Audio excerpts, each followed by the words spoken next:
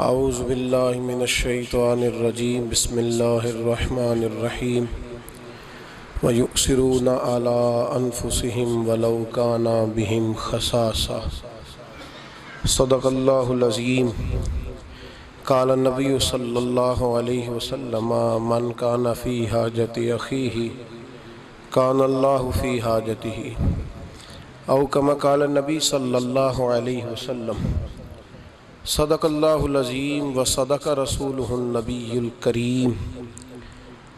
ان اللہ و ملائکتہ یصلون علی النبی یا ایہا الذین آمنوا صلوا علیہ وسلموا تسلیما۔ الصلاۃ والسلام علیک یا رسول اللہ وعلی آلک واصحابک یا حبیب اللہ۔ اللہم صلی علی سیدنا و مولانا محمد معدن الجود والکرم وآلہ وصحبہ وبارک وسلم۔ تمام تعریفیں حمد و ثنا اللہ تبارک و تعالی کے لیے، ہر قسم کے درود و سلام نبی رحمت صلی اللہ تعالی علیہ وسلم کی ذات والا صفات کے لیے حمد و صلات کے بعد، اسلام اعلیٰ اخلاقی قدروں کا حکم دیتا ہے۔ دنیا کے اندر جتنے بھی لوگ موجود ہیں، کسی بھی مذہب سے تعلق رکھتے ہیں تو کچھ نہ کچھ اخلاق کی بات کرتے ہیں، کچھ نہ کچھ اخلاق کی، کچھ نہ کچھ کردار کی بات کرتے ہیں، لیکن اسلام اعلیٰ اخلاق کی بات کرتا ہے، یعنی ایسے چھوٹا موٹا نہیں۔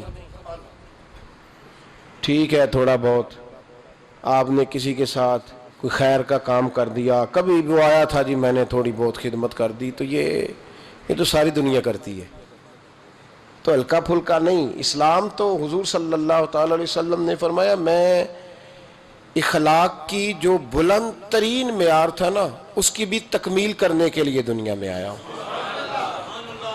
نہیں، چھوٹا موٹا تو اخلاق عام سب لوگوں میں ہوتا ہے، مطلب کسی کے آنے کے اوپر کھڑے ہو جانا، کسی کو پانی پیش کر دینا، کسی شخص مہمان گھر آیا تو خندہ پیشانی سے ملنا، تو یہ تو آپ کو پتہ ہے روٹین میں بھی لوگ کرتے ہیں۔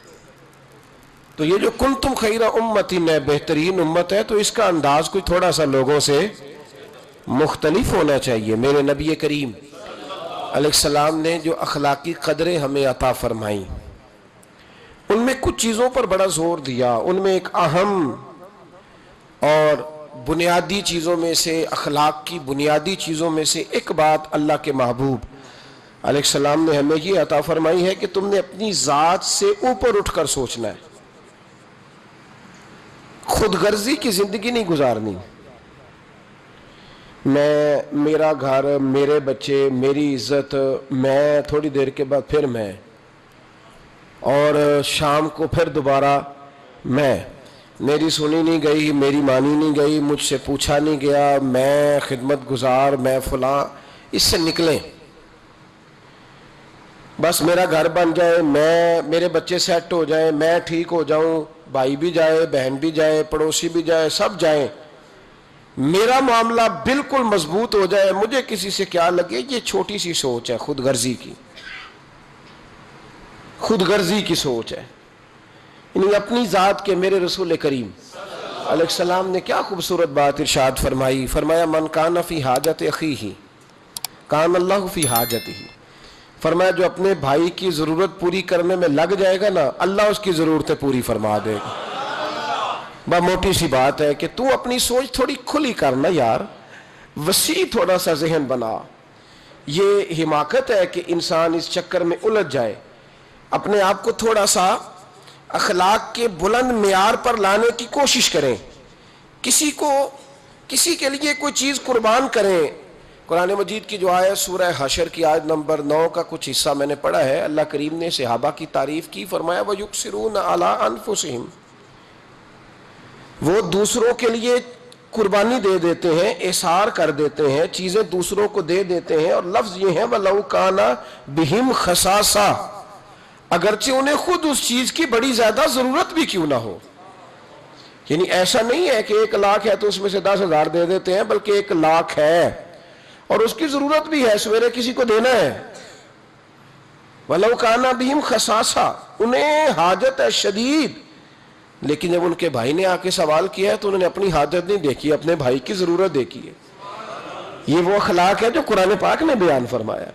یہاں ہم لوگ ایک تاجر تو ہمارے خیر ایک بڑا غلط جملہ بولتے ہیں، میں تو ممبر پہ بیٹھ کے پورا جملہ بھی نہیں بول سکتا، ہمارے نوجوانوں کے اندر وہ جملہ عام ہوتا جا رہا ہے کہ میں تو گدھے کے لیے، میں تو کام کے لیے گدھے سے بھی دوستی کر لیتا ہوں۔ جو لفظ کہے جاتے ہیں وہ میں نہیں کہہ رہا، آپ کو سمجھ تو آ رہی ہے نا جی؟ یہ جملہ بولا جاتا ہے، یہ تو بڑے چھوٹے لوگ بات کرتے ہیں نا بھائی، بڑے چھوٹے لوگوں، یہ کیا معیار ہوا کہ کام پڑ جائے تو گدھے سے بھی دوستی؟ میں پھر محتاط بات کر رہا ہوں، حالانکہ لوگ اس سے تھوڑا سا کرتے ہیں نا جی آگے بڑھ کے بات کہ میں کام پڑے تو میں نہیں، بھائی ہم نہیں گدھے سے دوستی کرتے، ہمیں تو جب کام بھی پڑے گا تو ہم پھر بھی کسی بندے سے جرانہ لگائیں گے۔ یہ کیا بات ہوئی کہ کچی باتیں کرنا چھوٹی؟ میں نے پہلے بھی آپ کو بتایا تھا کہ ایک دفعہ لوگوں نے مجبور کر کے نا تو علامہ اقبال کو الیکشن پہ کھڑا کر دیا۔ الیکشن لڑنا کوئی اتنی بری بات نہیں ہے، سیاست کا معنی تدبیر کرنا ہے، اور نبی پاک کا صحیح بخاری میں فرمان ہے کہ بنی اسرائیل کی سیاست ان کے نبی کرتے تھے۔ اب تو چونکہ لفظ میلہ بڑا ہو گیا نا تو لوگ جو ہیں وہ اس سے بچتے ہیں، جملہ اب غلط نہیں تھا، یہ بڑا خوب جملہ تھا۔ تو حضرت علامہ اقبال، میں لوگ کہتے ہیں میں اقبال کا فین ہوں، تو میں اقبال کا فین نہیں ہوں بھائی، میں تو ان کا عقیدت مند ہوں۔ فین تو بدلتے رہتے ہیں نا، تو عقیدتیں ذرا پکی ہوتی ہیں، میں اس کا عقیدت مند ہوں، اور لوگوں سے سن کے نہیں، میں اقبال کو پڑھ کے ان کا عقیدت مند ہوں۔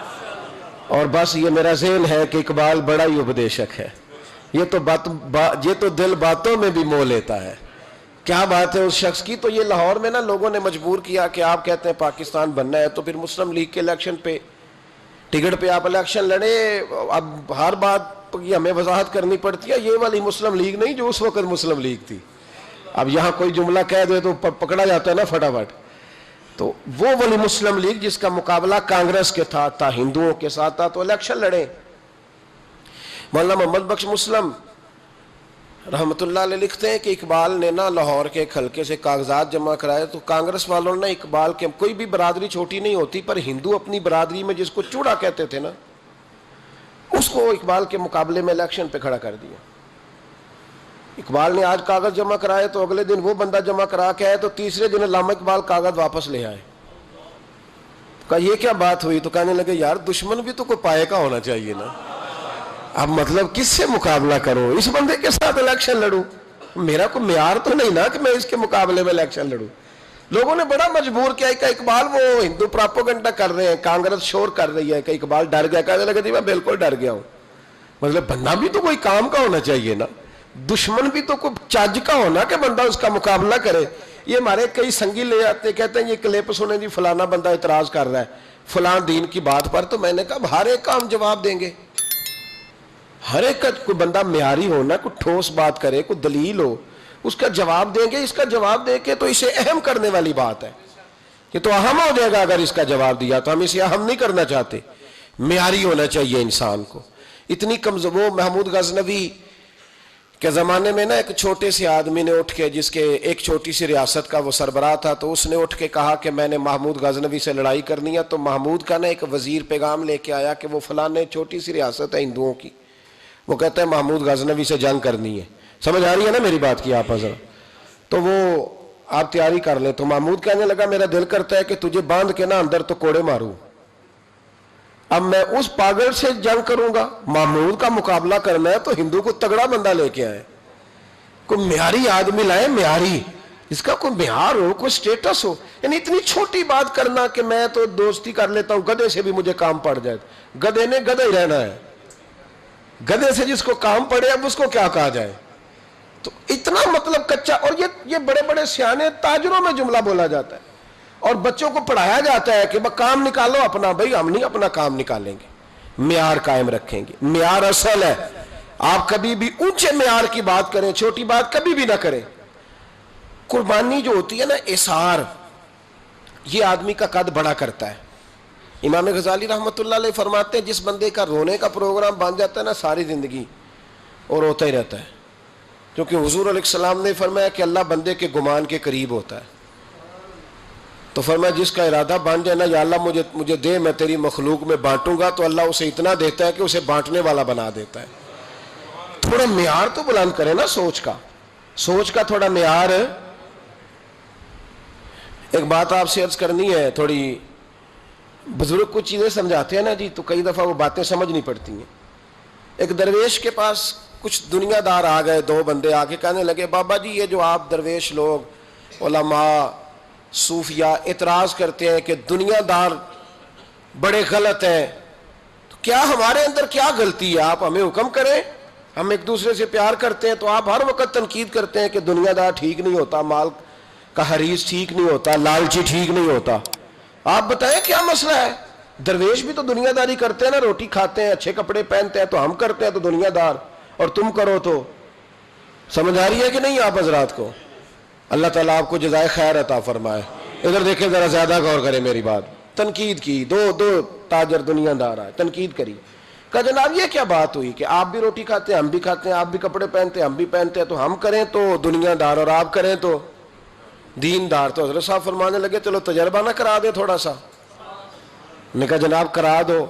یہ کچھ زیادہ سیانے بندوں کو جب تک تجربہ نہ ہو تو انہیں بات سمجھ میں بھی نہیں آتی، گفتگو سے نہیں سمجھتے، تجربات سے سمجھتے ہیں. تو میں تجربہ کرا دے کہ حضور کرا دے. تو حضرت صاحب نے نا ان کے ہاتھ باندھ دیے یہاں سے، لکڑی کے ساتھ نہیں، بازو ٹوٹ جائے تو باندھا کرتے ہیں، تو یہ جوڑ باندھ دیا. آپ کو پتا ہے کھانا کھانے کے لیے یہ جوڑ نہ ہو تو روٹی کھائی نہیں جا سکتی. اللہ تبارک و تعالیٰ نے انسان کی سہولت کے لیے اسے بڑا ہی خوبصورت پیدا فرمایا ہے. تو یہاں نا باندھ دی پھٹیاں ان کو، دونوں دنیا داروں کو. تو فرمایا جی روٹی کھائیں، آپ کا امتحان ہونے لگا ہے. میں کہا یہ کون سا مسئلہ ہے؟ یوں کر کے سالن کے ساتھ لگاتے اور یوں اوپر کر کے نا منہ میں پھینکتے روٹی تو کھا لی پر کپڑے سارے بھر گئے، منہ بھی بھر گیا. حضرت فرمانے لگے جاؤ اندر سے دو درویشوں کو بھی بلاؤ. ان دو درویشوں کو بھی بلایا جو تربیت لینے آتے تھے، سالک تھے، حضرت ان کی تربیت فرما رہے تھے. ان کو بلایا، ان کے ہاتھوں کے ساتھ بھی اسی طرح پھٹیاں باندھ دی. آپ میری طرف توجہ رکھیں. ان کے ہاتھوں کے ساتھ بھی نا اسی طرح پھٹیاں باندھ دی اور فرمایا بھئی یہ سالن ہے شوربے والا، روٹی کھا لو. انہوں نے کہا حضور کھا لیتے ہیں. فرمایا بندے ہاتھوں سے کھانی ہے. کہا حضور کوئی مسئلہ ہی نہیں. دو بندے جب سامنے بٹھائے نا، وہ درویش تھے، انہوں نے کیا کیا کہ ایک دوسرے کے منہ میں لقمے ڈالنے شروع کر دیے.